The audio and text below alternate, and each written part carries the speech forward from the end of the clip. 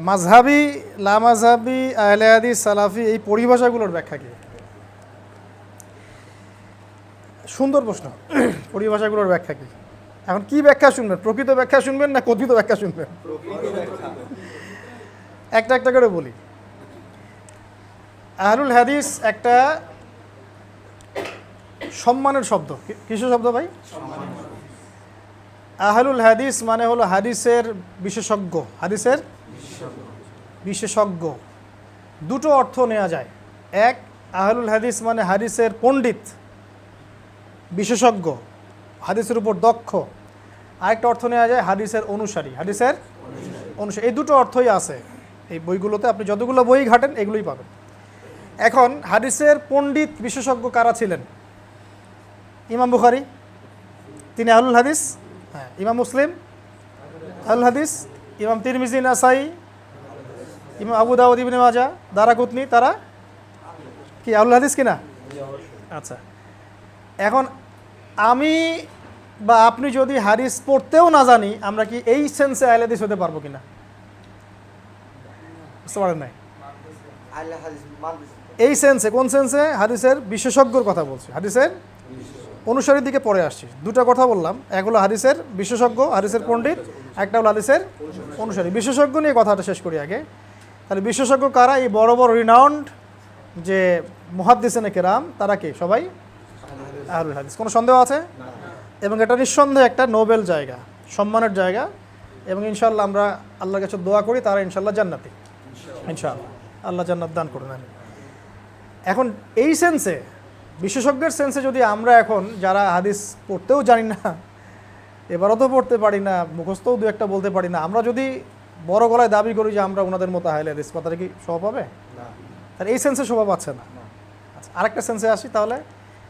দুই নম্বর সেন্স হাদিসের followers. And followers, এই ফলোয়ার্স সেন্সে আমরা যদি এভাবে চিন্তা করি যে তারাই আহলুল হাদিস হচ্ছেন, ফলোয়ার সেন্সে যারা কোরআন এবং হাদিসের পরিপূর্ণটা মেনে চলেন, তাই নয় কি? কোরআন এবং হাদিসের পরিপূর্ণ বিষয়টা মেনে চললে আমরা তাকে অনুসরণের সেন্সে আহলে হাদিস বলতে পারি। এখন যদি কেউ কোরআন সুন্নাহর পরিপূর্ণতা না মেনে চলে, আংশিক মেনে চলে, তাহলে একজন বরেণ্য আহলে হাদিস আলেমেরই রেফারেন্স কোট করছি আমি। তিনি বলেছিলেন যে প্রকৃত আহলে হাদিস আর কথিত আহলে হাদিস কখনো এক নয়। এই কথাটা তাদেরই একজন বরেণ্য আলেম বলেছিলেন। আমরা আলেমদের সম্মান রাখব। এখন ধরেন আপনি রফুল এদান করেন, জোরে আমিন বলেন, পায়ে পা লাগান, সূরা ফাতিহা পড়েন, এবং আপনি মনে করছেন যে আমি আহলে হাদিস হয়ে গেছি। কিন্তু এদিকে আপনার অর্থনীতি সুদভিত্তিক, আপনার রাজনীতি গণতান্ত্রিক, আপনি সেকুলারদের সাথে আদাত করে আছেন, আপনি তাগুদের সাথে আদাত করে চলছেন, আপনি ইসলামের কিছু বিষয়কে নিজের মন গড়া উসুলে আপনি বানিয়ে নিয়ে মানুষকে ডিভাইডেড করছেন, তাহলে কি আপনি এই সেন্সে আহলে হাদিস হবেন কিনা? অবশ্যই না। তাহলে আমরা বলতে পারি যে কোরআন এবং সুন্নাহর পরিপূর্ণ অনুসরণ করলে, অনুসরণের সেন্সে আমরা বলতে পারি সে ব্যক্তি আহলুল হাদিস। এটা মানতে কোনো সমস্যা আছে? এই সেন্সে প্রত্যেক ইমামই আহলে হাদিস ছিলেন। এই সেন্সে প্রত্যেক ইমাম, প্রত্যেক তাবেঈ, প্রত্যেক তাবে তাবেঈন, প্রত্যেক মুহাদ্দিসিনে কেরাম সবাই কি ছিলেন? আর এই যুগেও যারা কোরআন এবং সুন্নাহর পরিপূর্ণতা মেনে চলবে, নিঃসন্দেহে তারা কি হবে? অনুসরণের সেন্সে আহলুল হাদিস হবে। আর যদি আমরা কিছু অংশ মানি, কিছু অংশ মানি না, হ্যাঁ, আমরা মনে করি এটা শুধু ইবাদতের ব্যাপার, অর্থনীতির কোনো ব্যাপার না, আমরা মনে করি যে এখন খালি দাওয়াতই চলবে, জিহাদ শব্দ বলাই যাবে না, তাহলে বললেই খারিজ হয়ে যাবে। তো পরিপূর্ণ বিষয়টার উপর যদি আপনি ঈমান রাখেন, আমল করেন, এই সেন্সে বলতে কোনো সমস্যা নেই। তবে আমাদের মৌলিক পরিচয় একটা। আমাদের মৌলিক পরিচয় কি? মৌলিক পরিচয় আমরা মুসলিম। এরপরে আপনি আপনার বৈশিষ্ট্যগত পরিচয় আনতে পারেন। তাহলে আমরা এখান থেকে বুঝলাম যে এই শব্দটা একটা নোবেল জিনিস, নোবেল একটা সাবজেক্ট। মুহাদ্দিসিনে কেরাম এই সেন্সে ইমামগণ, তাবেঈন, তাবে তাবেঈন, তারা সবাই, সলফে সালিহিন সবাই কি ছিলেন? আহলুল হাদিসই ছিলেন। আর এখন আমরা যারা নামকা ওয়াস্তে এগুলো যা ট্যাগ লাগাচ্ছে, লেবেল দিচ্ছে, আমি একটা দলের ফর্ম পূরণ করেছি, ব্যাস আহলে হাদিস হয়ে গেছে। বিষয়টা এমন? আমি একটা আহলে হাদিস সংগঠনে যোগ দিয়েছি, নাম লিখেছি, ব্যাস আহলে হাদিস হয়ে গেছে নাকি? রফুল এদান আগে নামাজ পড়তাম এখানে, এখন পড়তেছি এখানে, বাস আমি আহলে হাদিস হয়ে গেছি। আগে আমি রফুল এদান করতাম না, এখন করি, মানে আমি আহলে হাদিস হয়ে গেছি। ব্যাপারটা কেমন? এটা একটা মূর্খতার ব্যাখ্যা। কিসের ব্যাখ্যা? নিঃসন্দেহে মূর্খতা একটা। এটা একটা গভীর জিনিস। যদি কোরআন এবং সুন্নাহর পরিপূর্ণ বিষয়গুলো মেনে চলি এবং হাদিস শাস্ত্রে আমি দক্ষতা অর্জনের চেষ্টা করি, ইনশাআল্লাহ আমাকে আল্লাহ পাক ওই মাকামে কবুল করবেন ইনশাআল্লাহ তাআলা। এই সেন্সে মাযহাবের ইমামগণ কি এর বাইরে হবে? আবু হানিফা রহিমাহুল্লাহ কি হাদিস জানতেন না? ইমাম শাফিঈ রহিমাহুল্লাহ তারা কি হাদিসের পণ্ডিত ছিলেন না? ইমাম আহমদ বিন হাম্বল রহিমাহুল্লাহ তিনি হাদিসের পণ্ডিত ছিলেন না? ইমাম মালিক তিনি হাদিসের পণ্ডিত ছিলেন না? তো এই ইমামগণ হাদিসের পণ্ডিতও ছিলেন, অনুসারীও ছিলেন নাকি? তাহলে তারা কি আহলে হাদিস ছিলেন না?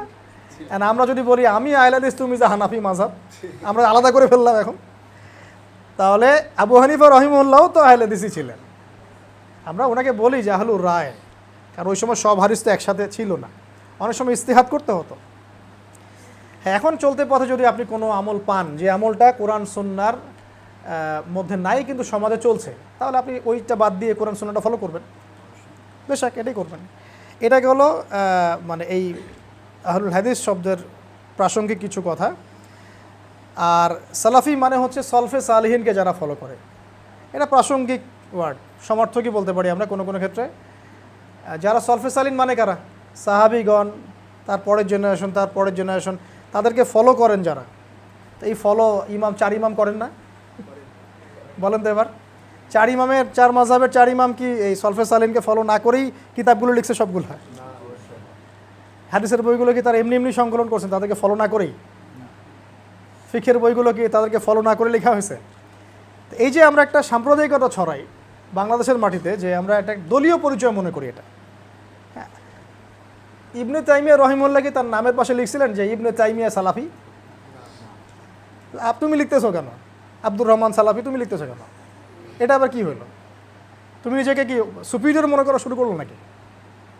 তুমি কত বড় সালাফি সেটা তো তোমার আমল আখলাকে পরিচয় দিবে, আল্লাহ সেটা দেখবেন যে তুমি কতটুকু কোরআন সুন্নাহ ফলো করছো, সলফে সালিনকে ফলো করছো। আমি যদি আমার নামের পাশে লাগাই যে আমি অমুক কারি, আমি অমুক কোরআনের বেত্তা, আমি অমুক মুফাসসির, আমি কত বড় মুফাসসির এটা তো আল্লাহ জানে ভালো। আপনি লকব দিলেন কেন? এলো এতে তো সমাজটা বিভক্ত হলো। আবার মসজিদের ভাগ করে একটা টাইটেল দিয়ে দিলেন যে আহলে হাদিস জামে মসজিদ দিলেন না, মানে কি এখানে মুহাদ্দিসরা নামাজ পড়ে, অন্য কেউ সাধারণ মানুষ পড়ে না? ব্যাপারটা এমন নাকি এখানে শুধু কোরআন সুন্নাহর অনুসারী 100% অনুসারীরা নামাজ পড়ে, আর বাকি যারা পড়ে না এরা কোরআন সুন্নাহর 100% অনুসারী না? মানে মাযহাব যারা মেনে চলছে এরা কোরআন সুন্নাহ 100% মানে না, আমি 100% মানি, এটা প্রমাণ করতে চাচ্ছেন? এটা প্রমাণ করতে চাচ্ছেন? তাহলে তো এটা দাম্ভিকতা হলো। মসজিদ কি সবার জন্য না খাস কিছু মানুষের জন্য? আমরা আমাদের দেশে একটা চরম সংকট দেখি, সেটা হলো আমরা এটাকে কেন্দ্র করে দলীয়করণ শুরু করছি। আর কি দলীয়করণ সলফে সালিন কেউ করেন নাই, বরং এক ইমাম আরেক ইমামের পা ধুয়ে দেওয়ার চেষ্টা করতেন। হ্যাঁ, এক ইমাম আরেক ইমামকে এমন সম্মান করতেন, কপালে চুমু খেতেন, পায়ে চুমু খেতেন। আর আমরা এখন কি করি বলেন তো? এই নামগুলো দিয়ে দল ক্রিয়েট করার পরেও কি এটা একটা ঐক্যবদ্ধ প্ল্যাটফর্ম হিসেবে আছে? না, এখানেও অনেকগুলো দল হয়ে গেছে, আর কত হবে? তাহলে এটা কি সহি হলো? নেক্সট সুরতে ধোকা খেয়েছেন, নেক্সট সুরতে ধোকা খেয়েছেন। আল্লাহ পাক বোঝার তৌফিক দান করতে হবে। সালাফি একটা ভালো জিনিস, এটা হলো সলফে সালিহিনদের অনুসরণ করা। এটা অনুসরণ না করে তো ইসলাম ফলো করতে পারবেন না। কোরআন সুন্নাহ তো সলফে সালিহিনকে মেনেই আমাদেরকে চলতে হবে। আল্লাহ পাক আমাদেরকে চলার তৌফিক দান করুন। আর লা মাযহাবি পরিভাষাটা এটা অন্য জিনিস, এটা হচ্ছে সে কোনো মাযহাবই মানে না, মানে হচ্ছে মানে আমি কোরআন সুন্নাহ নিজে মানি, আমার কোনো ভাইয়ার দরকার নাই, এর কোনো প্রকারভেদ নাই, এটা পুরোই বাতিল।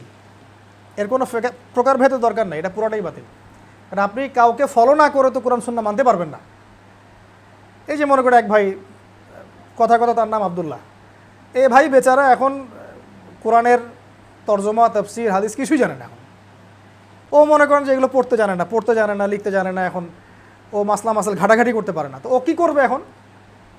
ও নিঃসন্দেহে ওর এলাকার বা ওর দেশের বা ওর যেটা ওর কাছাকাছি আছে, ও যেটা সুযোগ পাচ্ছে, সে আলেমকে গিয়ে তো জিজ্ঞাসা করবে, হুজুর আমাকে একটু এটার ফতোয়াটা দেন, এটা কীভাবে কি কোরআন সুন্নাহ থেকে ঘেটে আমাকে দেন। তো হুজুর এখন কোরআন সুন্নাহ ঘেটে তাকে একটা ফতোয়া দিবে, ওটা তো তাকে ফলো করতে হচ্ছে। এই জিনিসটাই তো মাযহাব। এটা ফলো না করলে তো আপনি সরাসরি কোরআন সুন্নাহ মানতে পারবেন না। আমরা এই জিনিসগুলো দুনিয়াবি ক্ষেত্রে বুঝি।